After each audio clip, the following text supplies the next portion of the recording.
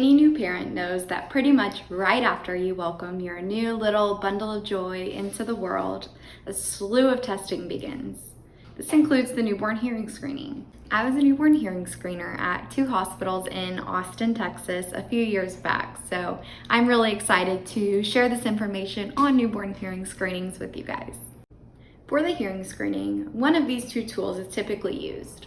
There's the Automated Auditory Brainstem Response, which for ease we'll call the AABR, or there's otoacoustic emissions, also called OAEs. The AABR tests the hearing pathway by measuring the auditory nerves and the brainstem structure's response to sounds. Clicks or tones are played through soft earphones to the baby, and there's 3 electrodes placed on their head that will then pick up that response. The OAE tests the hearing pathway by measuring the sound waves produced by the inner ear in response to sounds. A small probe is placed just inside the baby's ear canal. This is where those sound waves are picked up by the probe and that response is measured. Both of these screens are pretty quick. They take maybe 5 to 10 minutes and can be done when your baby's sleeping or just lying still. If the baby's fussy or is moving around a lot, the testing can take much longer and it may even yield inaccurate results. So you want to make sure your baby is nice and calm before this screening. Your child will have their first hearing screening at least 8 hours after birth. If the screening shows that their hearing is within normal limits, then they will receive a certificate and some brochures and reading material. It's important that the family knows that hearing loss can happen at any time in the child's life. And so it's crucial that we keep up with those linguistic and developmental milestones that our children should be reaching. And some of the information you might receive would be brochures, and it'll have information maybe about those milestones, kind of what this screening does and why we do it. Now, if the baby refers on the screening, meaning that their hearing was not measured within normal limits, then the screener will come back the next day to repeat the screening.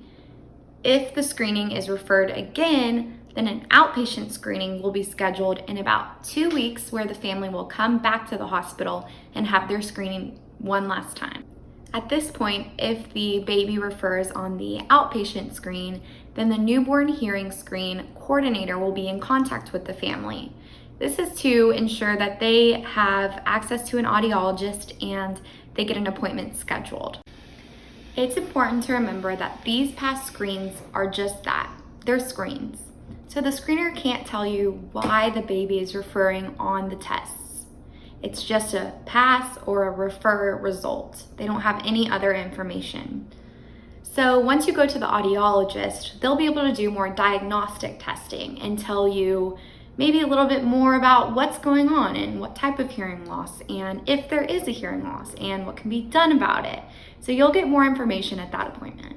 At the outpatient screen, families are usually provided with some reading material and brochures that are about connecting families with different services. All of the information we've talked about so far is tracked by each state's Early Hearing Detection and Intervention Program, or EDI. Now in Texas, we have the Texas Early Hearing Detection and Intervention Program, so we get to call it TEDI. So TEDI is overseen by the Texas Department of State Health Services, and it was started in 1999, so it's still a relatively new program. So the brochures and everything that I've showed you, that's provided by TEDI.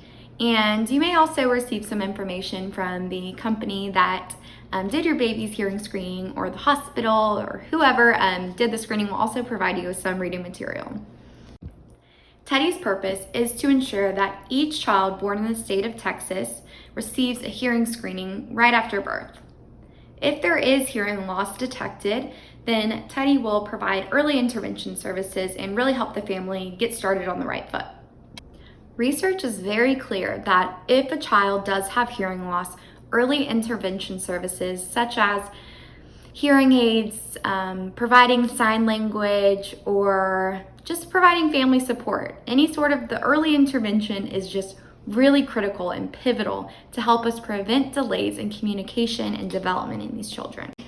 For more information, you can visit infanthearing.org or dshs.texas.gov/Teddy.